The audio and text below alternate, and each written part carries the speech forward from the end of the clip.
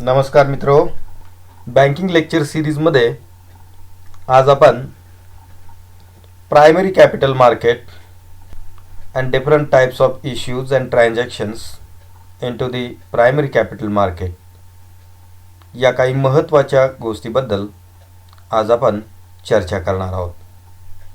Financial मार्केट्समध्ये मनी market व capital market हे दोन महत्त्वाचे फायनान्शियल मार्केट्स आहेत.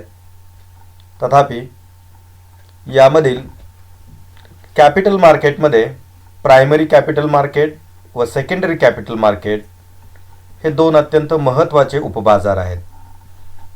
यामधील प्रायमरी कॅपिटल मार्केटमध्ये होणाऱ्या विविध प्रकारच्या व्यवहाराबद्दलची आज आपण माहिती घेणार आहोत. स्पेशली प्रायमरी कॅपिटल मार्केट हा फायनान्शियल मार्केटमधला एक अत्यंत महत्त्वाचा भाग असून या मार्केटला न्यू इश्यू मार्केट असेही म्हटले जाते. कारण प्रायमरी मार्केटमध्ये विविध प्रकारच्या कंपन्या व इन्स्टिट्यूशन्स आपल्याकडील नवीन रोख्यांची म्हणजेच नवीन सिक्युरिटींची विक्री करत असतात व आपणासाठी आवश्यक असणारे भांडवल संकलित करत असतात. The primary market is regulated by Securities and Exchange Board of India. It means the SEBI is the regulator and developer for the primary capital market. It is the regulatory authority in India. The primary capital market, it provides different types of underwriting services for the securities and providing system arrangement for the allocation of different types of securities into the market. प्राथमिक भांडवल बाजारात बाजार यंत्रणेच्या माध्यमातून विविध प्रकारच्या new इश्यूचे organisation करणे, त्याचबरोबर या न्यू इश्यूकरिता अंडररायटिंग सर्व्हिसेस म्हणजेच भाग विक्रीचा विम्याच्या सुविधा देणे, त्याचबरोबर विक्रीला काढलेल्या विविध प्रकारच्या सिक्युरिटीच्या विक्रीची व्यवस्था व अलोकेशनची व्यवस्था करण्याची जबाबदारी प्रायमरी कॅपिटलमधील यंत्रणेवरती सोपवलेली असते. या मार्केटमध्ये प्रामुख्याने ज्या नॉन लिस्टेड कंपनीला म्हणजेच ज्या कंपनीचे स्टॉक मार्केटमध्ये लिस्टिंग झालेले नाही आहे, नोंदणीकरण झालेलं नाही आहे, अशा कंपनीला जेव्हा ॲडिशनल कॅपिटलच्या रिक्वायरमेंट असतात तेव्हा अशी कंपनी उपलब्ध असणाऱ्या व आपल्या रिलेशनमध्ये असणाऱ्या इन्व्हेस्टमेंट बँकेकडे संपर्क साधतात. इन्व्हेस्टमेंट बँक्स म्हणजे या अशा कॉर्पोरेट बँक्स असतात की ज्या विविध प्रकारच्या कंपन्यांना आपल्या सिक्युरिटीज, शेअर्स, डिबेंचर्स त्याचबरोबर इतर वेगवेगळ्या प्रकारचे फायनान्शियल इन्स्ट्रुमेंट्स विक्री करून देण्याची व्यवस्था करत असतात. त्याचबरोबर त्यांना अंडर रायटिंगची सुविधाही उपलब्ध करून देत असतात. जेव्हा अशी कंपनी इन्व्हेस्टमेंट बँकेला संपर्क करते व त्यांच्याबरोबर प्रायमरी इश्यूबाबतचे ॲग्रीमेंट करते आणि अंडर रायटिंग सर्व्हिसबाबतचे देखील ॲग्रीमेंट केले जाते, तेव्हा प्रायमरी इश्यूची प्रक्रिया सुरू होत असते. जेव्हा ॲग्रीमेंट कंप्लीट होते तेव्हा ॲग्रीमेंटनुसार इन्व्हेस्टमेंट बँक नॉन लिस्टेड कंपनीच्या वतीने सेबीकडे रेड हेरिंग प्रॉस्पेक्टस सादर करते.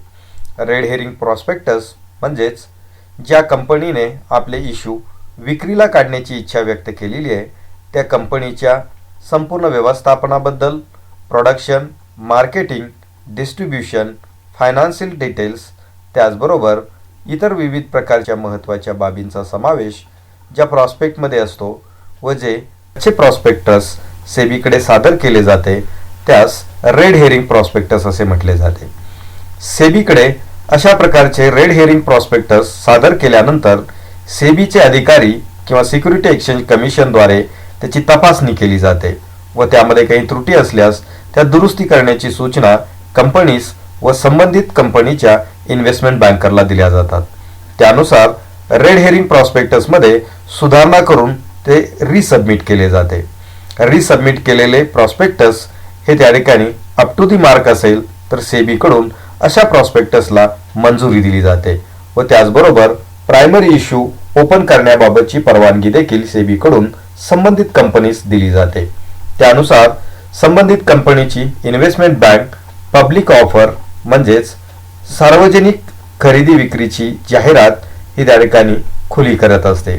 अशी जाहिरात संबंधित कंपनी आपल्या वेबसाईटवरती व विविध प्रकारच्या प्रसार माध्यमांमधून देत असते. त्या ॲडव्हर्टाईजनुसार त्या जाहिरातीनुसार इच्छुक असणारे विविध प्रकारचे गुंतवणूकदार IPO किंवा न्यू इश्यू खरेदी करण्याबाबतची विनंती किंवा बिड्स सादर करत असतात व त्याप्रमाणे खरेदीची प्रक्रिया ही राबवली जात असते. तथापि या प्रायमरी कॅपिटल मार्केटमध्ये जे विविध प्रकारचे इश्यूज विक्री केले जात असतात त्यामध्ये प्रामुख्याने या घटकांचा समावेश होतो की ज्यामध्ये प्रामुख्याने पब्लिक इश्यूच्या अंतर्गत IPO म्हणजेच इनिशियल पब्लिक ऑफर, FPO म्हणजेच फॉलो ऑन पब्लिक ऑफर व त्या अंतर्गत fresh issue, offer for sale, त्याचबरोबर बोनस इश्यू, राईट इश्यू, त्याचबरोबर प्रायव्हेट प्लेसमेंटच्या अंतर्गत प्रेफरन्स शेअर्स व क्वालिफाईड इन्स्टिट्यूशनल प्लेसमेंट अशा विविध पद्धतीने या प्रायमरी कॅपिटल मार्केटमध्ये सिक्युरिटीज व इक्विटीची विक्री करण्याची व्यवस्था ही केली जात असते. म्हणजेच प्रायमरी कॅपिटल मार्केटमध्ये प्रायमरी इश्यूच्या अंतर्गत पब्लिक इश्यूमध्ये IPO व FPO, त्याचबरोबर बोनस इश्यू, राईट इश्यू आणि प्रायव्हेट प्लेसमेंटच्या अंतर्गत प्रेफरन्स शेअर्स व क्वालिफाईड इन्स्टिट्यूशनल प्लेसमेंटच्या अंतर्गत विक्रीची व्यवस्था ही केली जात असते. यामधील IPO व FPO या संदर्भात मी एक स्वतंत्र व्हिडिओ त्या ठिकाणी केलेले आहेत. आपण जरूर त्या व्हिडिओ त्या ठिकाणी पाहावेत की ज्यामधून आपणास IPO म्हणजे काय, IPO लॉन्च करण्याची प्रोसेस व त्यामधील IPO सबस्क्रिप्शन करण्याच्या पद्धती याबद्दलची माहिती मिळेल. त्याचबरोबर FPO म्हणजे काय, FPO लॉन्च करणे किंवा विक्री करण्याची प्रोसेस याबाबतची माहिती आपणास या स्वतंत्र व्हिडिओच्या माध्यमातून मिळू शकेल. आता आपण या वेगवेगळ्या प्रकारच्या प्रायमरी इश्यूबाबतची तपशीलवार माहिती घेणार आहोत. पब्लिक इश्यूच्या अंतर्गत IPO आणि FPO हे दोन महत्त्वाचे इश्यू असतात की ज्यामध्ये IPO म्हणजे इनिशियल पब्लिक ऑफर असे म्हटले जाते, तर FPO म्हणजे फॉलो ऑन पब्लिक ऑफर किंवा यालाच फर्दर पब्लिक ऑफर असे म्हटले जाते. यामध्ये पब्लिक इश्यूच्या अंतर्गत ज्या गुंतवणूकदारांना गुंतवणूक करण्याची इच्छा आहे अशा सर्व गुंतवणूकदारांच्यासाठी पब्लिक इश्यू हा खुला असतो. It means public issue is open to all the public who are eligible to participate in the issue. ज्या ज्या गुंतवणूकदारांना सार्वजनिक क्षेत्रात या जाहीर केलेल्या वेगवेगळ्या प्रकारच्या कंपन्यांच्या इश्यू परचेस करण्याबाबतची मुभा असते, ज्यांना अशा कंपन्यांच्या IPO किंवा FPO खरेदी करावयाच्या आहेत ते बीडच्या माध्यमातून अशा प्रकारची डिमांड नोंदवू शकतात. तर यामधील इनिशियल पब्लिक ऑफर म्हणजे जेव्हा एखादी कंपनी ही नॉन लिस्टेड असते आणि कंपनीने आपले शेअर्स स्टॉक मार्केटमध्ये नोंदवलेले नसतात तेव्हा त्या कंपनीस नॉन लिस्टेड कंपनी असे म्हटले जाते. It means when company is non-listed in the stock market and they want to sell their shares or securities first time into the market, it is known as a initial public offer or IPO. म्हणजेच जेव्हा एखादी company stock एक्सचेंजमध्ये नोंदणीकृत company नसते मात्र भांडवल संकलित करण्यासाठी त्यांना स्वतःचे शेअर्स किंवा सिक्युरिटीची विक्री करावयाची असते तेव्हा अशा कंपनीने विक्रीला काढलेल्या शेअर्स किंवा सिक्युरिटीला इनिशियल पब्लिक ऑफर असे म्हटले जाते. नावाप्रमाणेच जेव्हा कंपनी इनिशियली पहिल्यांदाच पब्लिक ऑफर देत असते तेव्हा त्या ऑफरला इनिशियल पब्लिक ऑफर असे म्हटले जाते. तथापि फर्दर पब्लिक ऑफर किंवा फॉलो ऑन पब्लिक ऑफर म्हणजेच FPO जेव्हा एखादी कंपनी लिस्टेड असते, जेव्हा एखाद्या कंपनीने IPO विक्रीला काढलेले असतात व IPOची विक्री झाल्यानंतर संबंधित शेअर कोणत्या तरी स्टॉक एक्सचेंजमध्ये नोंदवलेले असतात तेव्हा त्या कंपनीस लिस्टेड कंपनी असे म्हटले जाते. तथापि अशा कंपनीला पुढील कालावधीमध्ये जेव्हा ॲडिशनल भांडवलाची आवश्यकता असते तेव्हा अशी कंपनी पब्लिकसाठी खुली ऑफर त्या ठिकाणी खरेदीची देत असते की ज्याला फर्दर पब्लिक ऑफर म्हणजे IPO नंतर शेअर्स किंवा सिक्युरिटीची विक्री करण्याबाबतची व गुंतवणूकदाराकडून ती खरेदी करण्याबाबतची जी ऑफर दिली जात असते त्यास फर्दर पब्लिक ऑफर किंवा फॉलो ऑन पब्लिक ऑफर असे म्हटले जाते. It means Wien company which is already listed in the stock exchange and it issues it sells its shares to the investor will be known as a FPO. म्हणजेच IPO नंतरच्या भांडवल संकलनाच्या प्रक्रियेमध्ये FPO हा एक अत्यंत महत्त्वाचा प्रकार असतो.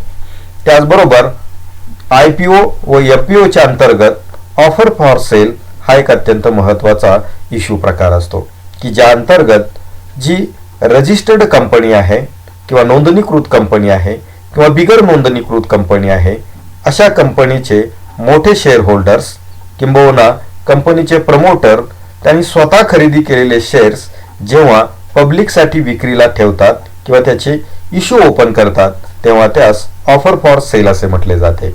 यामध्ये कंपनी स्वतःचे शेअर्स त्या ठिकाणी विक्री करत नसते, तर कंपनीचे शेअर्स ज्या मोठ्या भागधारकांनी किंवा प्रमोटरनी खरेदी केलेले आहेत अशा प्रमोटर्सना किंवा शेअर होल्डर्सना जेव्हा स्वतःकडील शेअर्स हे विक्री करावयाचे असतात तेव्हा असे मोठे शेअर होल्डर्स किंवा प्रमोटर्स ऑफर फॉर सेल ही उपलब्ध करून देतात की ज्यानुसार सर्वसामान्य गुंतवणूकदार ऑफर फॉर सेलमध्ये ऑफर करण्यात आलेले मोठ्या शेअर होल्डरचे व प्रमोटरचे शेअर्स हे खरेदी करत असतात.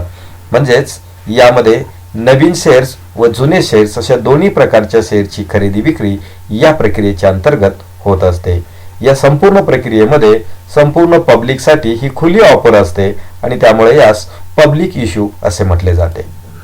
त्याचबरोबर दुसरा प्रकार म्हणजे बोनस इश्यू. बोनस इश्यू हा एक वैशिष्ट्यपूर्ण इश्यूचा प्रकार असून की ज्यामध्ये when the listed company issue shares instead of dividend to their existing shareholders is called as a bonus issue. It is a free reward of the company to its shareholders. म्हणजे जेव्हा एखादी कंपनी आपल्या विद्यमान भागधारकांना आपल्या कंपनीच्या वतीने dividend देण्याऐवजी त्या डिव्हिडंडच्या मोबदल्यात संबंधित शेअर होल्डर्सना अधिकचे शेअर्स फ्री ऑफ कॉस्ट देत असतात तेव्हा त्यास बोनस इश्यू असे म्हटले जाते. या प्रकारामध्ये एक्झिस्टिंग शेअर होल्डरला शेअर्स दिले जातात, मात्र त्याची किंमत किंवा त्याची फेस व्हॅल्यू ही वसूल केली जात नसते. म्हणजेच हे शेअर्स पूर्णपणे मोफत परंतु एक्झिस्टिंग शेअर होल्डरसाठी रिवॉर्ड म्हणून दिले जाणारे हे शेअर्स असतात. त्याचबरोबर राईट इश्यू. राईट इश्यू हा एक त्या ठिकाणी एक्झिस्टिंग शेअर होल्डर्सला शेअर्स विक्री करण्याचा एक वैशिष्ट्यपूर्ण प्रकार असून ज्यामध्ये केवळ विद्यमान भागधारकांना व कंपनीने निश्चित केलेल्या तारखेपर्यंत ज्यांच्याकडे संबंधित कंपनीचे शेअर्स आहेत अशा भागधारकांना विशिष्ट रकमेने विशिष्ट शेअर्स ही देण्याबाबतचा हा खुला आव्हान किंवा खुले ऑफर याच्यामध्ये असते की ज्यामध्ये या विद्यमान भागधारकांना कंपनीचे शेअर्स हे विशिष्ट किमतीने विक्री केले जात असतात. तथापि हे शेअर्स केवळ विद्यमान भागधारकांनाच दिले जात असल्यामुळे यास राईट इश्यू असे म्हटले जाते. हा प्रायमरी इश्यू मार्केटमधील दुसरा प्रकार त्या ठिकाणी मानला जातो. त्याचबरोबर तिसऱ्या प्रकाराच्या अंतर्गत प्रायव्हेट प्लेसमेंट हा महत्त्वाचा घटक येतो. प्राथमिक भांडवल बाजारामध्ये विविध प्रकारच्या कंपन्या भांडवल संकलित करण्यासाठी पब्लिक इश्यू बरोबरच प्रायव्हेट प्लेसमेंट हा देखील ऑप्शन मोठ्या प्रमाणात वापरत असतात. Private placement is the sale of security or shares to relatively small number of select investors as a way of raising capital. जेव्हा एखादी कंपनी सिलेक्टेड गुंतवणूकदारांना आपल्या कंपनीचे शेअर्स किंवा सिक्युरिटीज विक्री करून भांडवल संकलित करत असते तेव्हा अशा विक्रीच्या प्रक्रियेला किंवा इश्यूला प्रायव्हेट प्लेसमेंट असे म्हटले जाते की ज्यामध्ये विक्रीची ऑफर किंवा सिक्युरिटीज किंवा शेअर्स विक्रीची ऑफर ही सर्वांच्यासाठी खुली नसते, तर यामध्ये काही सिलेक्टेड इन्व्हेस्टरसाठी ही ऑफर खुली ठेवण्यात आलेली असते आणि म्हणून यास प्रायव्हेट प्लेसमेंट म्हणजे विशिष्ट व्यक्ती किंवा संस्थांच्यासाठी शेअर्स किंवा सिक्युरिटीची विक्रीची व्यवस्था या अर्थाने यास प्रायव्हेट प्लेसमेंट असे म्हटले जाते. यामध्ये दोन वेगवेगळे ऑप्शन्स वापरले जातात. एक म्हणजे प्रेफरन्शियल अलॉटमेंट किंवा प्रेफरन्शियल शेअर. याच्यामध्ये एखादी विशिष्ट प्रायव्हेट कंपनी जेव्हा प्रायव्हेट प्लेसमेंट करण्याकरिता विशिष्ट आयडेंटिफाईड सेट ऑफ इन्व्हेस्टरला आपल्याकडील शेअर्स हे विक्री करण्याची व्यवस्था करत असते तेव्हा त्यास प्रेफरन्शियल अलॉटमेंट असे म्हटले जाते. A private placement is the sale of shares or securities to an identified set of investors which may includes promoters of the company, strategic investors of the company, employees of the company, and similar groups who are stakeholder of the company or well-wishers of the particular company. The company will sell their shares or securities through the preferential allotment to the particular investors. जे कंपनीचे जे promoters आहेत, त्याचबरोबर strategic partner आहेत, कंपनीचे employ आहेत व यासारखे सिमिलर जे कंपनीचे हितचिंतक अशा घटकांच्यासाठी प्रेफरन्शियल अलॉटमेंटच्या अंतर्गत प्रेफरन्स शेअर्स हे विक्री केले जात असतात. त्याचबरोबर दुसरा प्रकार म्हणजे क्वालिफाईड इन्स्टिट्यूशनल प्लेसमेंट, की ज्याला आपण QIP असे देखील त्या ठिकाणी म्हणत असतो. A private placement of the securities by a listed company to a set of institutional investors termed as qualified institutional buyers is known as a QIP. These are the institutions which are enlisted are permitted to invest their funds into the different types of securities in the capital market. This institute includes scheduled commercial banks, mutual funds, foreign institutional investors which are registered with the SEBI, different types of insurance companies and pension funds. या काही महत्त्वाच्या अशा संस्था आहेत की ज्यांना qualified institutional investors असे म्हटले जाते, की ज्यांना सेबीच्या माध्यमातून ॲज ए क्वालिफाईड इन्स्टिट्यूशनल इन्व्हेस्टर म्हणून परवानगी देण्यात आलेली असते. जेव्हा एखाद्या कंपनीला बल्कमध्ये मोठ्या प्रमाणात फंड्स रेज करावयाचे असतात आणि कमी वेळेमध्ये अशा रोख्यांची विक्री करून फंड उभे करावयाचे असतात, तेव्हा पब्लिक प्लेसमेंट घेण्याऐवजी प्रायव्हेट प्लेसमेंटच्या अंतर्गत सिलेक्टेड अशा बँक्स व फायनान्शियल इन्स्टिट्यूशनला क्वालिफाईड इन्स्टिट्यूशनल प्लेसमेंटच्या अंतर्गत आपल्याकडील शेअर्स किंवा रोख्यांची विक्री करून या कंपन्या भांडवल संकलित करत असतात. तर या ठिकाणी भांडवल बाजारातील प्राथमिक भांडवल बाजारामध्ये आपल्या कंपनीचे विविध प्रकारचे शेअर्स व सिक्युरिटीज विक्री करण्याकरिता या विविध प्रकारच्या पद्धती या वापरल्या जात असतात. या विवेचनावरून आपणास प्रायमरी कॅपिटल मार्केटमधील इश्यूचे वेगवेगळे प्रकार, की ज्या अंतर्गत public issue, bonus issue, right issue, त्याचबरोबर प्रायव्हेट प्लेसमेंटच्या अंतर्गत प्रेफरन्स इश्यू किंवा प्रेफरन्स अलॉटमेंट, त्याचबरोबर issue to the qualified institutional investors म्हणजेच QIP यासारख्या विविध संकल्पना व त्याबाबतची प्रक्रिया याची माहिती आज आपणास मिळालेली असेल. धन्यवाद.